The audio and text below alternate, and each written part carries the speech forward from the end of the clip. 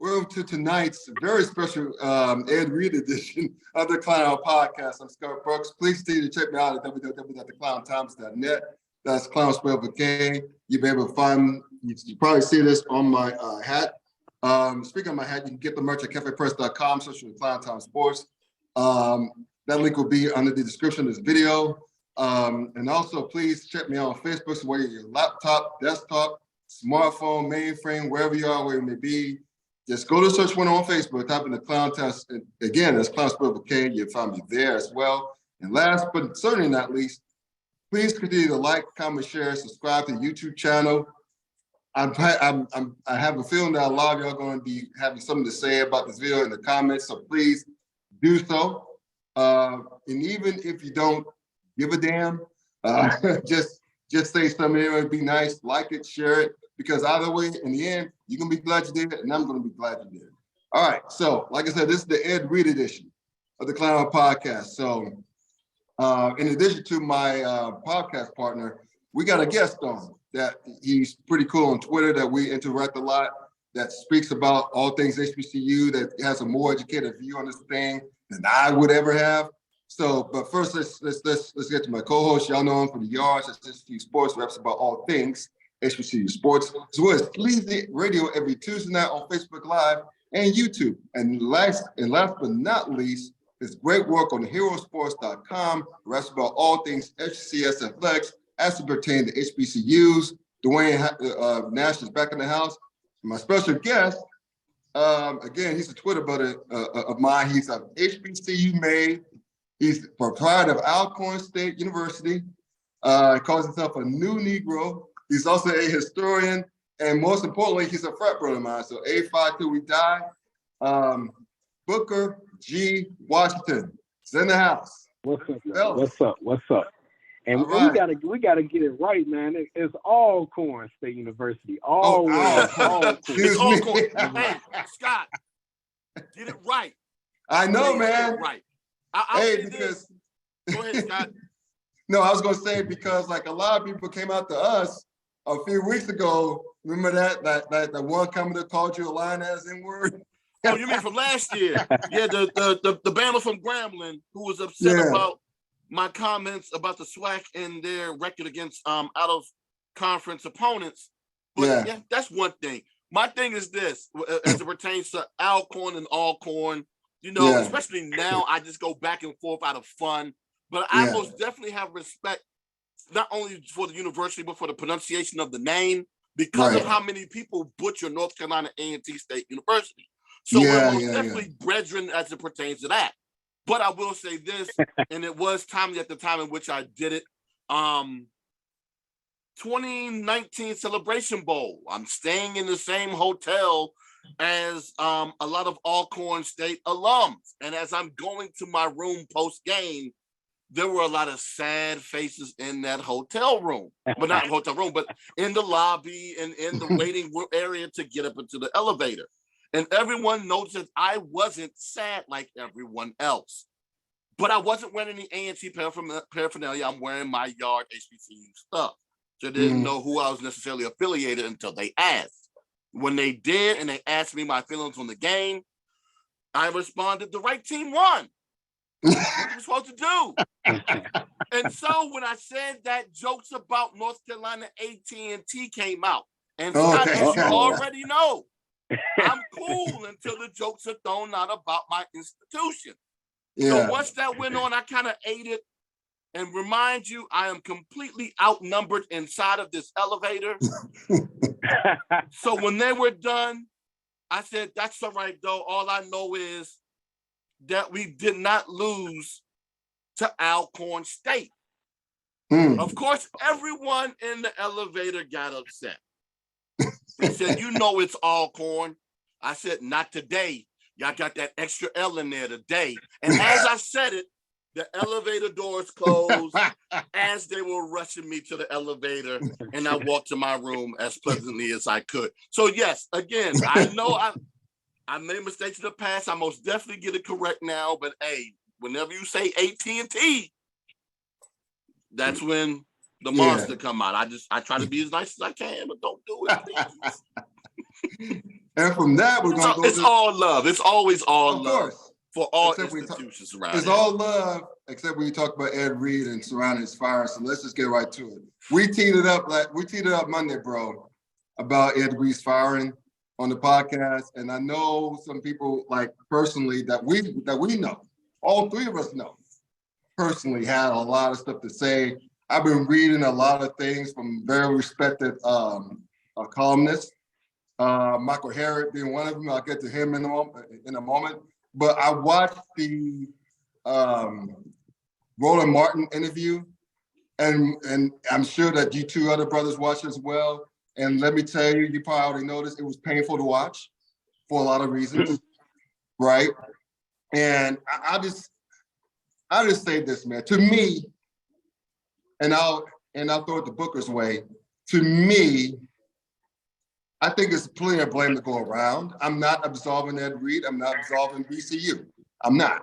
I just think it's to this point where we're at now. It's a total crapshoot. And I thought that both sides could have done things differently. But before I blow it even further, I'm gonna give it to the historian in the house. That's Booker. So Booker, give me your thoughts on it, because I know you've been wanting to share your thoughts for a long time on this. So the floor is yours, sir. I think, when I step back, I am rightly defensive of Bethune-Cookman University, the legacy of that institution. Right. And I think a lot of the comments that have come out have not respected that, right? So that's my first priority, to make sure that remains intact and that is not compromised here. What the legacy of Bethune-Cookman University is. Now, some people might argue, well, it's no different than what the administrative or what the board culture is, and that's a lie. I'm just going to flat out say it. Just a lie that is not the same thing, because the culture that Bethune-Cookman University has, that is a culture of excellence. That is a culture that wants to be inclusive and wants to provide educational access to people who otherwise may not have gotten it. That is bigger than anything that one person or one board or whatever could do, and nothing could erase what Bethune-Cookman University and those two separate institutions before they merged did for people in Florida and across the United States and across the world, right? Right. So I want to practice that. The second thing I want to say is, from a more present context and what's going on, because everybody doesn't look at history or care about history the way that I do, right? What I see is just an opportunity for Bethune-Cookman University to make a smart business move. And what I see, that could potentially happen is that if we're not careful, we may force Bethune-Cookman University to make a decision that is not going to be one that students like. Because if we're just talking about a financial issue or mismanagement of funds or something where the finances aren't where they need to be, then it's very possible that Bethune-Cookman University can't afford to be operating its football program. And if that comes up, then that's not how you want to force an administrator, because they make decisions based on money. At the end of the day, it's going to be a money-based decision that makes sense.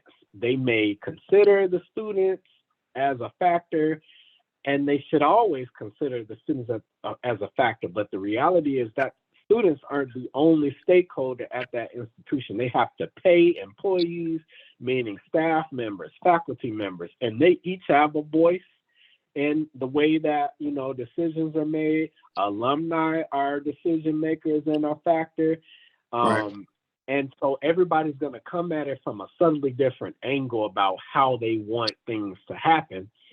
And the board is there, right? Which is a completely separate entity from the administration that has an agenda that it wants to happen. And it won't ever come out and say it, but it does, because it, Right. it it hires that president, right, to make Mhm. the decisions that they want him to make. And if he doesn't do it, or she or whoever will be in that role, then they have the power to remove that person from their job or reprimand them in whatever way that they can do that, right?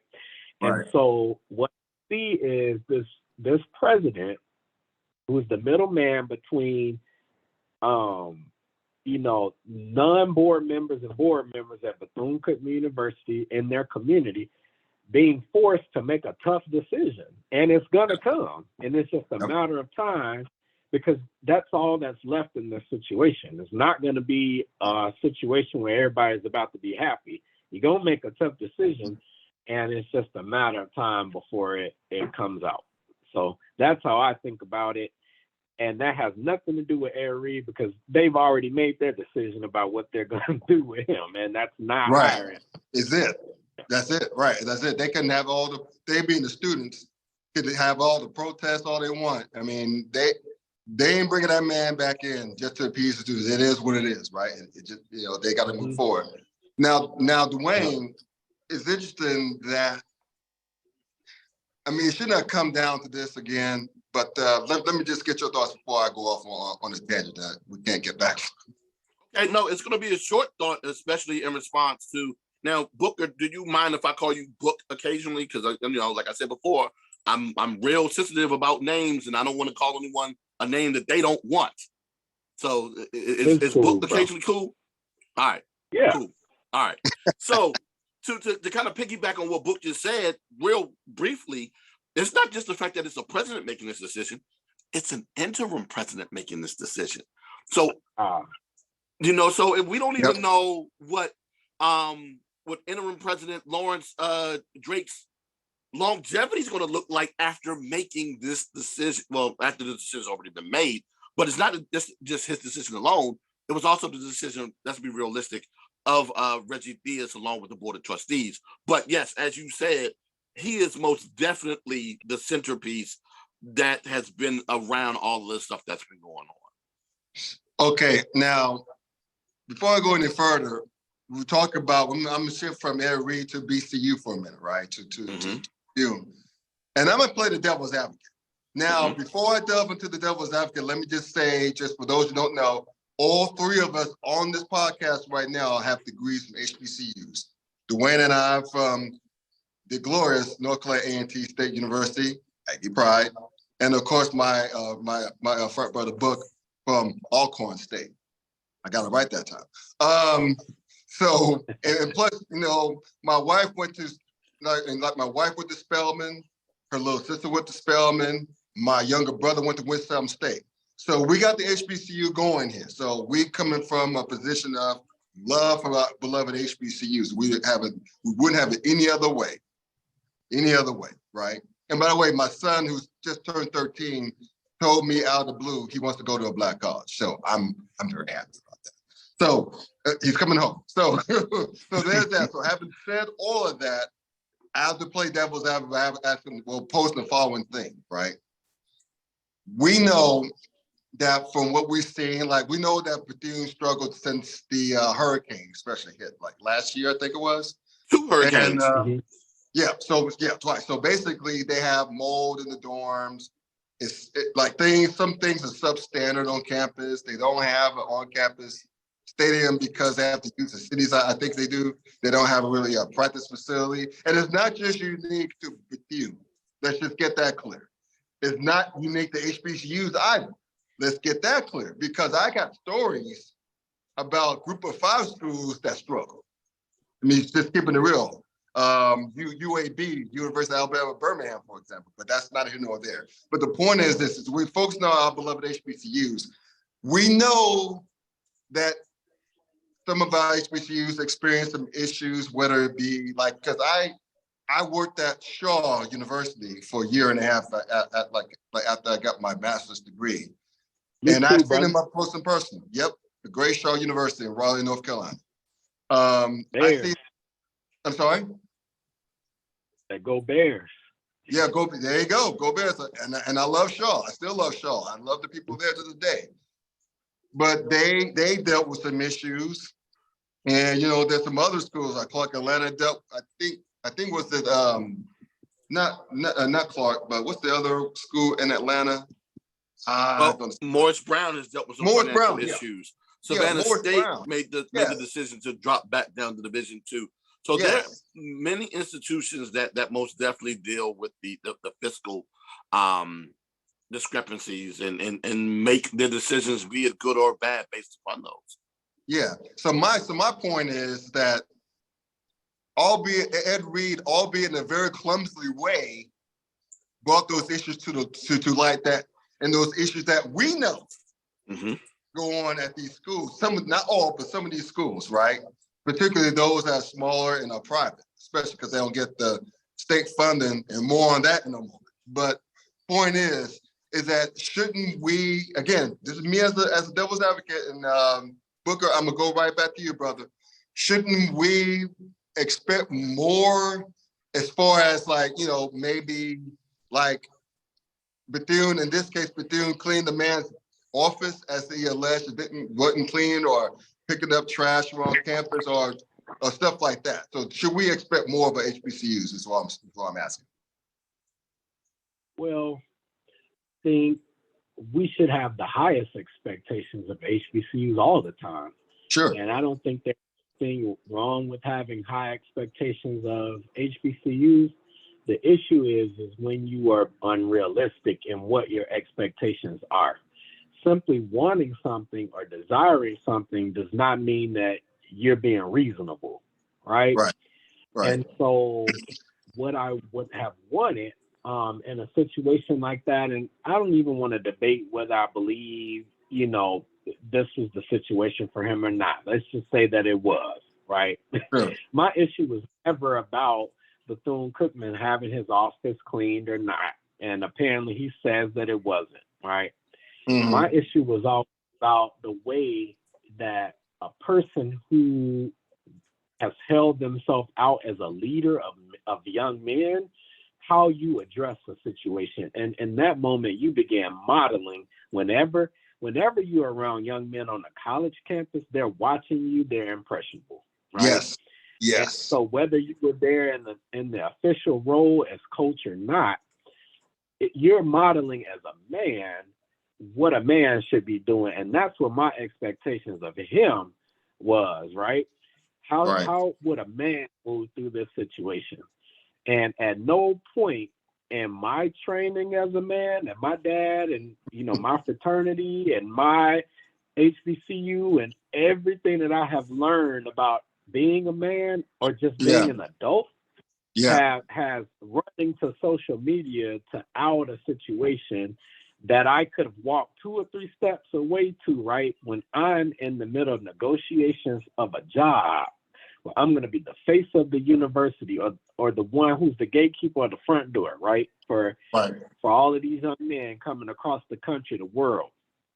That's not in the game plan. That's not in the analysis. That's not in any of the best practices of being a man or an adult. To run to social media is not. I don't talk to any man that you know, and they're not going to do that, right? That's just not what they're going to do. Would I expect that of a teenager? Probably, right? But he's a grown man that has to have some level of maturity, of season, of wisdom, that where I'm not saying, you know what, that maybe is something a 19-year-old would do. And if I'm saying that you're merely a peer leader, right? That's not what a coach is supposed to be coming with some season. You're going to be doing some life coaching, not just some football coaching. You're going to be showing these young men how to make decisions in life, not just on that football field. And if I'm Bethune Cookman University, I'm immediately saying, no, like that's not how I want this to go for 100 young men or more, right? That's going to be spending hours and hours with this man away from my purview, maybe out of state, maybe out of the region. You know what I'm saying? That's not who I want being the one, right? Yeah, I want to make sure that I can trust you to handle this situation, bring it to me, and this is something that we can address. Give us the opportunity to hear this grievance before you go into the court of public opinion, and we've lost that forever. It's a public relations nightmare is what he caused Bethune Cookman University, and they may never be able to recover from that. And that's why he's not going to be employed at Bethune Cookman University. Man, Dwayne, hey, well said, by the way. Well said, Book. But Dwayne, yeah, I mean, if you're, and everybody should know this as a grown man, to me, if you have some complaints, fine. And we'll get to more of this in a moment, but I just want to get your thoughts.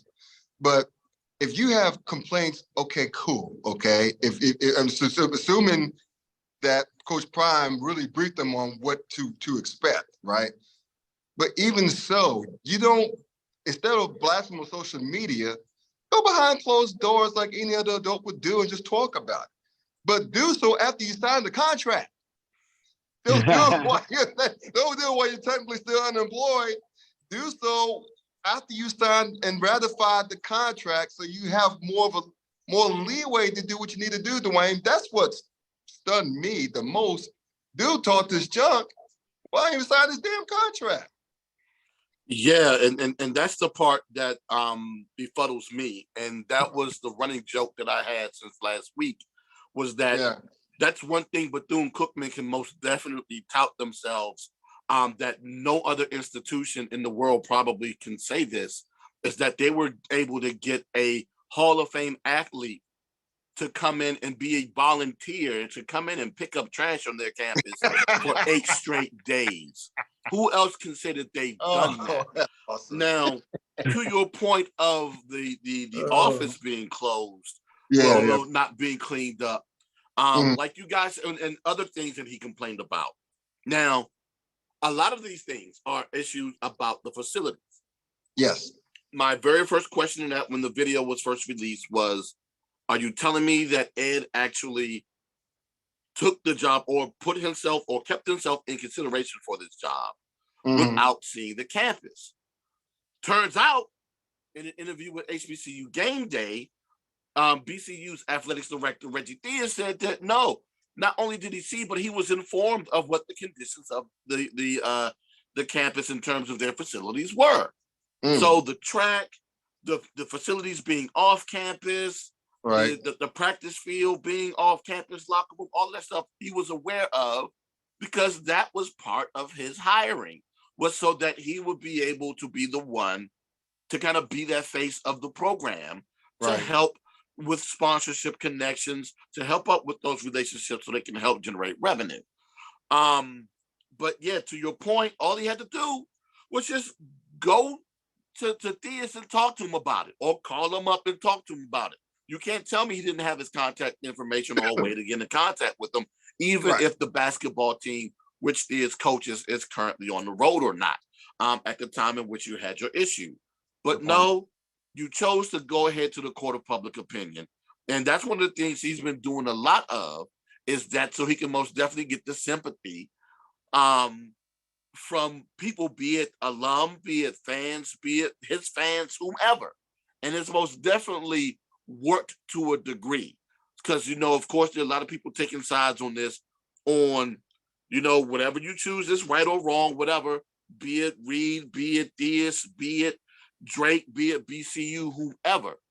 But all of this could have been handled if all he had to do was just reach out to Reed. But I will reiterate the point from Diaz, is that you can't say that his office wasn't clean, because it's not his office. He's not the head coach.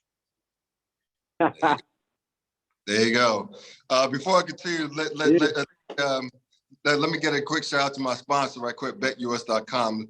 This is a great discussion, so I'm eager to continue, but I'm going to get this shout out right quick. So listen up, sports bettors. Your favorite sports book, BetUS.com, is back for our 20th year of NFL action. With the industry's biggest sign-up bonus up to 200%, BetUS offers our members the opportunity to cash in on all your favorite sports, including NFL, UFC, and MLB. So if you're looking for live in-game betting, incredible odds with daily odds, boosters, props, and parlays, you got it. How about fast payouts and accelerated one-on-one customer service? We got that too. So log on to betus.com or call 800-792-3887. That's 800-79-BET-US. Use the promo code TKT for the Clown Times as well. BetUS.com, where the game begins. Now, I don't know if you guys are familiar with the show Brother from Another. It comes on the Peacock Network, but they have a channel on YouTube where you can watch clips. Well, today, they had a big ass panel on there today with the great, Michael Smith, obviously, like he pretty much like did it or moderated it. Yeah, Jason Johnson, who I'm a big fan of. Sometimes you see him on MSNBC on stuff. You see Karan Phillips is on there, as well as someone who we interact briefly on sometimes on Twitter. That's Dawn Montgomery. So shout out to all three of those. Yes, but they were pretty funny. If y'all hadn't checked it out yet, y'all should, if you want a good laugh. But basically, the point is, especially with what Karan said, was that we don't need, and I'm paraphrasing, but we don't need celebrity, high-profile, retired NFL Hall of Famers who don't have any college coaching experience, but has never been to an HBCU campus to tell us what our HBCUs need and don't need. We don't need a savior. Like in the movies, we would call those white saviors. But in this case, these are like black saviors, right? So I thought it was entertaining. So if y'all hadn't had a chance, just take a look at this podcast, the show, Brother from Another, today's episode, and see Dawn, Dr. Johnson, and Karan talk about those things. It's pretty good stuff. But I just wish, Booker, I wish they would have worked out, obviously, because I think that the publicity that the SWAC had over the last 2.5 years was pretty dope. It was pretty dope. I mean, hell, the damn SWAC championship was broadcast on ESPN2. And it outdrew, if I'm not mistaken, in terms of viewership, I think it outdrew either the MAC or Conference USA's championship in terms of viewership. Mm-hmm. Pretty dope. And think about that college game day matchup in the regular season with Southern and Jackson. Yes. The momentum is there. It's there. Yeah. I mean, and that's I just because I thought it was cool that Bethune was about to take that next step in going down this path, this journey, because Bethune has great tradition, football tradition. They've just been hitting the skids the last, 10 or so odd years. But it's just too bad to me in the end book. It's just too bad it didn't work out. I hope that Bethune, and I'm sure Bethune will move on. I mean, because the show must go on, right? And I just, and I just hope that Ed Reed finds his peace somewhere. Maybe he coaches somewhere else. I don't know. We don't know. But I think a lesson to be learned is to say that you don't talk junk about your employer on Roland Martin's show, which was a tough watch, on social media, IG Live, before you even signed the contract. That's but I still would like to see more coaches. I'll get to that in a moment. More NFL coaches or coaches of influence come to these HBCUs book and just I don't want to say make them better, but yeah, make them better from a performance standpoint, but just bring visibility and more positive hub to these institutions. Yeah. So they have it there. And speaking of coaches, we've seen obviously Coach Brown's not the first, but we've seen Eddie George doing it at Tennessee State. You see Eddie Robinson doing it at Alabama State, which is his alma mater. You've seen Bubba McDowell at Prairie View A&M. We've seen, and I think there's one, Dwayne, we have a former NFL coach in our Aggies, right? Yes, Vincent Brown is the new head coach at North Carolina A&T, who actually replaced another former NFL player in Sam Washington. We also had, God, why do I keep Rod Milstead who unfortunately for me, because I was a big fan of Rod, he was removed from his position up at Delaware State just a month ago. So the issue, we got to remember, this is what everyone asked for when Prime got hired 3 years ago. Oh my God, we got a Hall of Famer. We need more of these on campus. Right. You got what you wished for. And this is, and everyone doesn't, or all of them, as you now see, don't handle things the exact same way. As even though Prime is perceived to be as a uncle or big brother to Ed Reed, one is more polished than the other as it pertains to media and being more media savvy. It's not even close. You're right about that. And it's not even close. The interesting thing, though, is that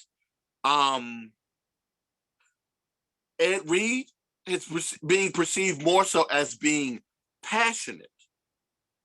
Just because you're yelling and screaming doesn't necessarily mean that you're coming through with passion all the time, especially based on, we got to follow what is said and how it's said. Well, follow what is said more so than how it's said. Now, yes, I agree. I can't deny the fact that he cares about the kids, because he's most definitely addressing the issues, or has addressed the issues that are most definitely problems there at Bethune Cookman. But the biggest thing, in my opinion, that was originally the first problem, was the damage said about Bethune Cookman with the collateral damage done to all HBCUs. Because you got to remember, he said, this is the problem at HBCUs. This is what Prime talked to me about. It's this broken mentality that's going on at all HBCUs. That's exactly the quote. Which is extremely insulting to all 100 plus institutions, because all of them aren't run that way. Are there problems? Yes, there are issues. Are things run in the manner where everyone can agree on? Yes, that's true too. But to say that everyone has, that all of them have broken mentalities, not only clouds the judgment of those who aren't HBCU alums and don't necessarily know the complete plight of HBCUs to look down upon them. Right. But God, now you got us out here attempting to defend ourselves in situations that had nothing to do with us. And I find it to be insulting. And then you also have people who have no knowledge of what's going on from a fiscal standpoint at HBCUs to understand why this is this way. But Deion said it best when he was hired. You want the attention. That's one of the things I've heard people cry for years. I want the exposure. I want the attention. But with the attention and exposure, that light shines on things that we probably don't want shown. And here we are. Yep. And I'll say another thing about Deion Sanders, because if you've watched me, I would say I was a bit balanced when it came to him. I saw him learn some things, a lot of things actually, in his tenure. He kind of came in a little bit of a loose cannon, and then he started saying that it was causing some backlash. And I actually believe Jackson State University may have pulled him to the side and told him to be a little bit more responsible, because of his platform. But you started to see him speak out on certain issues like the money game situation, right? Where you saw him kind of doing the homework, or there were maybe some instances where he talked about maybe some of the water issues in Jackson, right? Or crime issues in Jackson that we know, if we're honest, we know that the city of Jackson has had some issues, right? But I think ultimately why I may have seen him as more trustworthy of this role is the way that I saw him interact with his own sons, right? I'm seeing a man who is exhibiting wisdom and displaying that not just for his sons, but for the other guys on this team, right? I'm seeing him interact with Travis, or just seeing him being discerning as a wise man, right? Totally separate than my thoughts about his politics or the way he does business, right? Mm. And I could say that I would trust that he would do something that would lead a young man down the right path in life, right? Not necessarily that I would agree with his business practices personally, right? As a coach and whatever he feels like he needs to do to put food in his family's mouth or to, make a better life for his family. Would I trust a young man, when they were out of state somewhere around him? Yeah, I feel like I would have done that, right? And I think that to me is ultimately the difference in the way that I'm thinking about the way Reed has taken an approach and the way that Sanders did. And I think you can clearly see that. And why I think Jackson State ultimately decided on him, because they felt that they could trust their students with him, which is their number one job, right? Can I trust you to do this and teach our students, right? While their parents or loved ones trusting us, can we trust you, right? To make sure that they're learning the right things and doing the right things and having a good influence, right? That's a big part of the job. And I don't think in this situation, Reed has displayed that. Might he be that type of person? He might be, but if a person has to make a wager where they're in a legally binding agreement after what you showed me, no, right? Yeah. So and that's all I can. That's the only way I can make a decision on what you just showed me, right? So Yes, sir. yeah, what you just showed me. That's how good we are. What you just showed me. So, Exactly, right? So to two of your points, one, to the benefit of Sanders, he literally, his entire coaching career was done so with his sons. So from Little League to the Troop League that he created down in Texas, to the time in which he became a high school coach, the head coach at the high school where Shador was, to his time at Jackson State, was literally done holding Shador's hand, literally. So he had that time to develop that up until he became a collegiate head coach, which is why, in my opinion, Dion was a lot better. I'm sorry, I'll be respectful. Coach Prime was more so better at that than Ed Reed is as of right now. And to your point, in terms of making the wager on Ed Reed on whether or not he could or could not be that guy and hedging your bets based upon the videos that we've seen. Now, contrary to the original statement, which was released on that Bethune Cookman and Ed Reed's camp could not come together on the agreements or on the wording within the contract, it came out that no, President Drake said that they made the decision based off the videos that were released. And to your point, with the words that he used, the music in some fourth video that I haven't even seen, that too, in the words of President Drake, referred to butts, booties, boobs, and hoes. That was the problem. That was the biggest problem. Not just the fact that they were just the fact that he was critical of the institution and its facilities, but the verbiage and the music that was played alongside those videos. Because of the fact that sponsors of the institution and of the athletics department called up the school to see what they were going to do as it pertains to hiring Ed Reed. And one of those sponsors that was thrown out there, of course, was Disney. And we already know what Disney has portrayed themselves to be in terms of a character. And Bethune Cookman as an institution loves to lean on Christian values as well. And that's something that they did not want to go ahead and be associated with, was the character and the actions of Ed Reed. Well, I'm not sure to even say his character.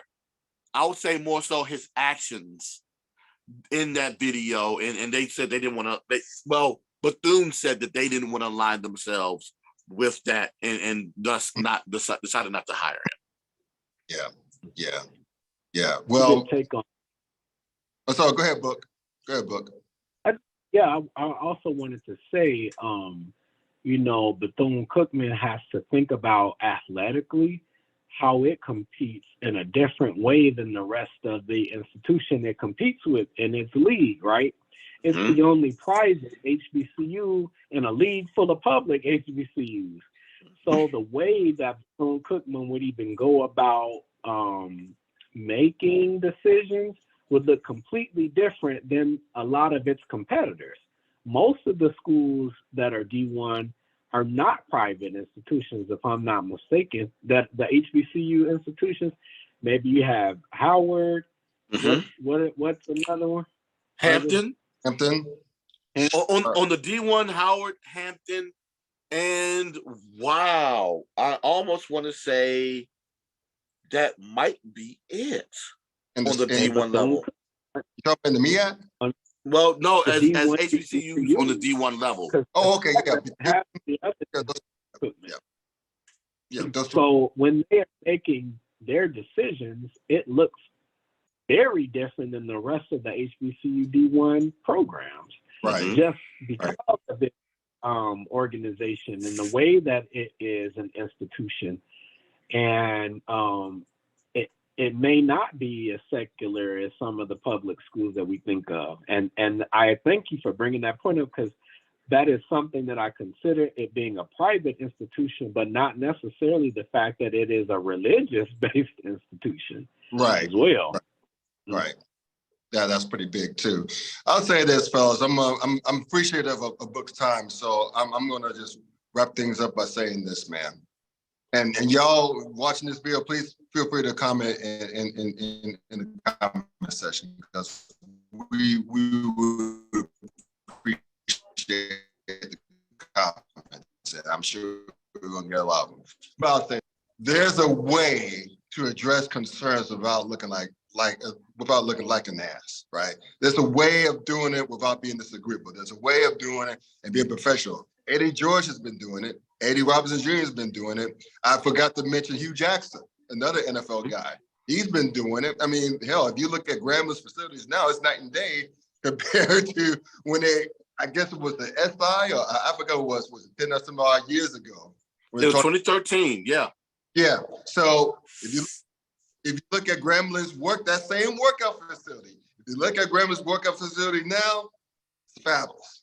That came from the work, in part from Hugh Jackson doing his thing behind the scenes. Same thing with Coach Bryant at Jackson State.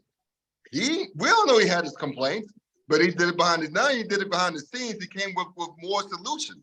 He leveraged Pepsi. He leveraged Under Armour. He leveraged a lot of other business entities that he's affiliated with. Barstool, all those cats. He leveraged it. And that's how Jackson became like a juggernaut in the SWAC the last 2 seasons, right? Oh, let's be real. He most definitely threw a little salt at Jackson State as it pertains to their facilities and some of those things and some of the ways that the institution was ran. But after that, he immediately followed it up by saying, that's why we did this. Yes. You know, grass ain't cut. Somebody's being paid to do so. They ain't out here, but I'm out here doing it. Practice facility was horrible when I first got here. So we went ahead and did what we needed to do in order to fix up the practice facility. He did his saltiness too. But again, he came through with solutions, which was my point last week. I don't care what type of criticisms you have. What is your solution? What is your way of fixing what the problem is? But with all of that said, and we kind of touched on it a little bit in terms of Deion at Jackson State, I'm wondering how JSU would have been over the past month or so if they would hired Ed Reed, because if you listen to what he said during the interview with Roland Martin, he turned down he turned down being hired at Jackson State after Deion decided to move on to Colorado. And he also turned down, according to Ed, taking the job at Grambling last year, where a lot of people was hoping that Ed would be a candidate for that position, being that he is a Louisiana native. God, I wonder. Ooh, it's scary to think if this Ed Reed would have taken either one of those jobs. Right. Only because of again the backlash that it's receiving right now. But again, those are public institutions in comparison to Bethune. Right. And I'm wondering whether or not they would have given him a little bit more leeway based on that. But yeah, for him to just be that disrespectful to all institutions was the biggest thing that bothered me. All right, Buck. That maybe not, right? If it's Grambling or Jackson State, because state institutions have even less reason to be reasonable with an employee because of that at will. Right? Yeah.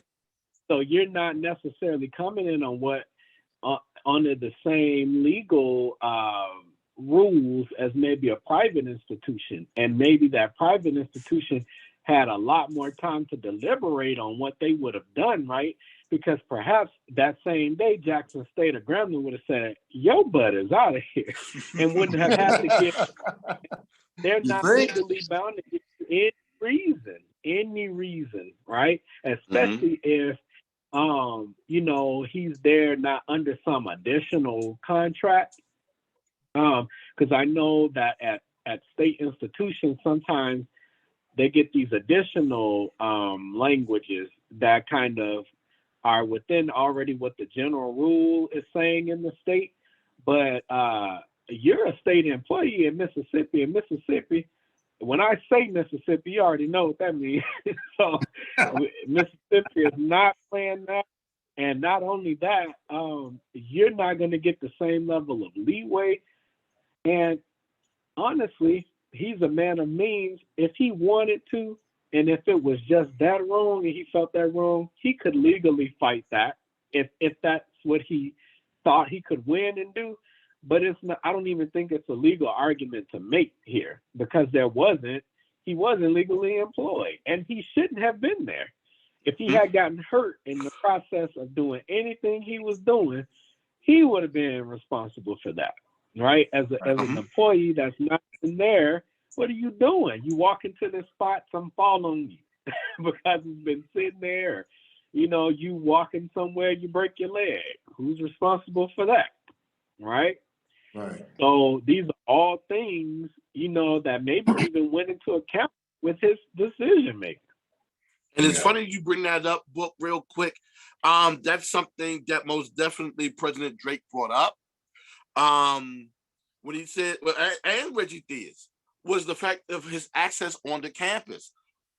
To that degree that he wasn't supposed to have. And they're assuming that it was done with the help or the aid of the assistants that were carryovers from the last regime. But again, Ed wasn't really doing anything but looking to do work on campus up until the point of releasing the videos. That's something else that he did that was a big no-no with Bethune Cookman, was recording and releasing those videos. Now, people are going to say, now you're trying to tell me you can't record videos on campus? No, I'm not saying that. But when you're being disparaging towards the institution, that's when it can become a no-no if Bethune Cookman wants to take the litigation to go ahead and address that thing. And that's where and now they have proof, right? Thank you, Ed Reed, you big dummy. But before we leave, I have to ask the both of you guys this one question. Yes, sir. So I don't know if you guys, I don't know if you guys know or not. But first and foremost, before I get to my question, I gotta say shout out to the guys over there at HBCU Game Day. I find it very interesting that in the interview with Reggie Theus, it was said in the video that they attempted to reach out to Ed Reed.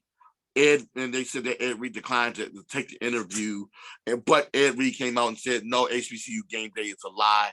I'm sorry. As HBCU media, I'm a little bit more inclined to believe HBCU Game Day, but I digress on that. If anyone wants to debate with me about that conversation, we can have that conversation most definitely. But I have to say this: Don't know if you guys know or not, but I believe Ed Reed is still in Daytona as we speak. Yeah. It's saying that he's still not removing his name for consideration for that position. What does Ed Reed actually look to win by doing this tactic? I think the tactic that he's taking is a cheaper to keeper stance, right? Mm. So he's trying to put himself as being just the cheapest person to just keep in this situation if they do a cost benefit analysis, because he wants to leverage the fact that, you know, maybe time is a factor here and they need to get it rolling if they want to salvage what they can of the season and the recruitment season. He wants to take advantage of the fact that maybe the other candidates, because this was a national search, have gone on or made other kind of legal agreements where they wouldn't be accessible to Bethune-Cookman at this time. He wants to continue to influence students the way he's doing, and he wants to generally just force Bethune-Cookman's hand and say, if you're not going to hire me, look at how much it's going to cost you not to hire me. And that's the game that I think he's ultimately playing right now, whether he gets that role or not. And it's already costing Bethune-Cookman because it's creating a mess where now whoever Bethune-Cookman is going to try to offer this to, they have to consider how they're going to clean this mess up, right? Mm-hmm. On top of the mess he's tried to archive for us in the video, right?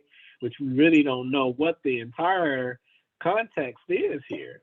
Bethune-Cookman has never, other than the documentation that it gave us that they weren't moving forward with him, they've never spoken on this entire issue officially. And I think at the end, Ed will try to win this in public opinion, which is exactly how he started to frame it from the beginning. Yeah. And could have done because he maybe knew they weren't going to go with him. We don't know that they hadn't started to think about this before this incident, something differently. And maybe it was his opportunity to jump out there before they had started to think about something else, right? So This is all his archiving and his memorialization of how this thing happened. We really don't know any other context than that. Yeah. And I'll close that out on this, man, because I'm on my cell phone, my battery's about to be low. But I'll say this. He's shaming, he's publicly shaming. He denies this. He denied it on Royal Martin. He's shaming Bethune into hiring him back. That's why I think he's shaming him into doing it, because he's all but encouraging those young people on campus to have that protest, to the point where Roland Martin wants to bring his show to Daytona to see what's going on their campus. So Ed knows what he's doing. Yeah, without the administration approval. Yeah, exactly. Just bring him down there. Yeah. Hold on, D. Hold on. One second. Okay. But like I said before, he's shaming Bethune to hiring him back. Not that he was hired in the first place, but I'm saying, to mitigate that damage done to his ego, because that's what it is. It's ego, and it's to the expense of Bethune's college. To Bethune Cookman University. It's to the expense of the students, to the alumni, to the prospective donors, to potential donors.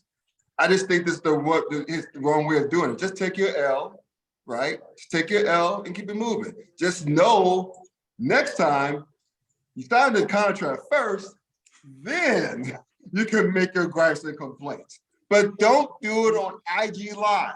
Don't do it like as if you're talking to your homeboys on IG Live or going back at haters on IG Live. Do what Eddie George and the rest of them are doing. Do it behind closed doors. It's that simple as being a responsible, polished adult. Mm-hmm. That's all it is. But Dwayne, I'll let you have the last word. Go ahead. Go real quick.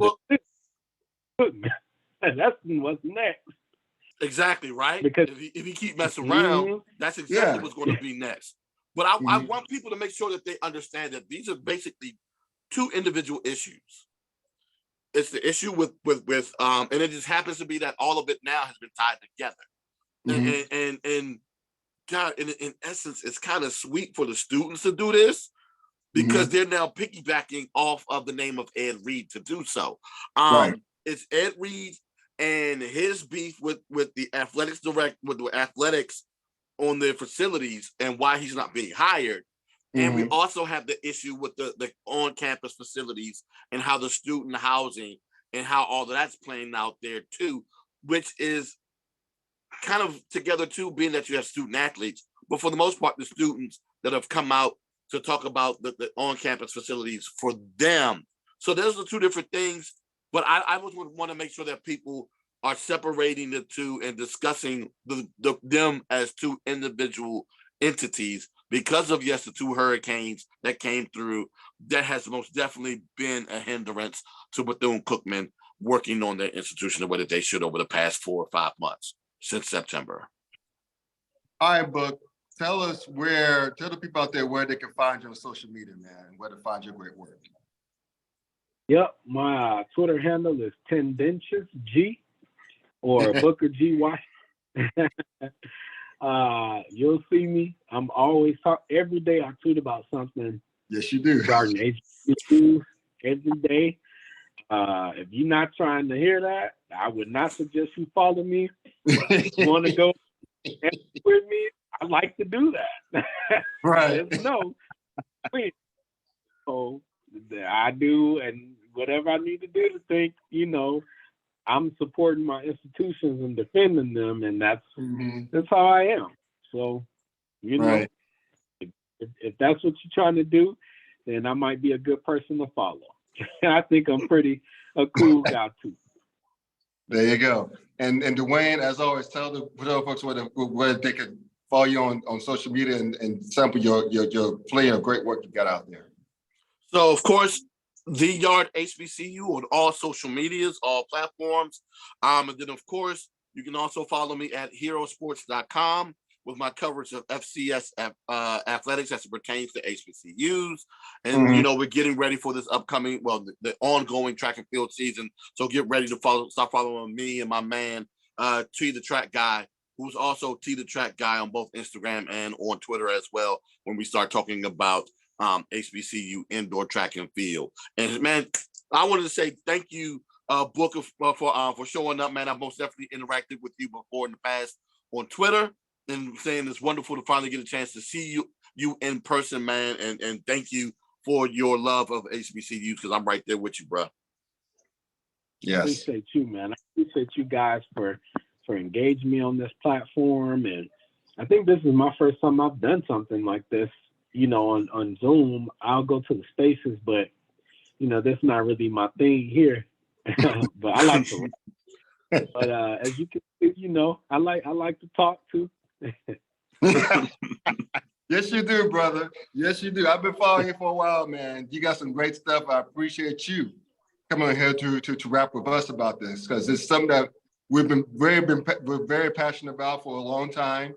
And again, I'm welcoming you to the family. There are others of us on Twitter that we've interacted with. So welcome, brother. You officially have been christened. Thank you for coming. Awesome. All right. So guys out there, please continue to like, comment, share, subscribe to the channel. You can also check me out at www.theclowntimes.net. Get the merch at capitalpress.com to the Klown Time Sports. All the links I've mentioned in this podcast will be in the description on YouTube. So till next time, have a good weekend. Take care. Peace out. All right.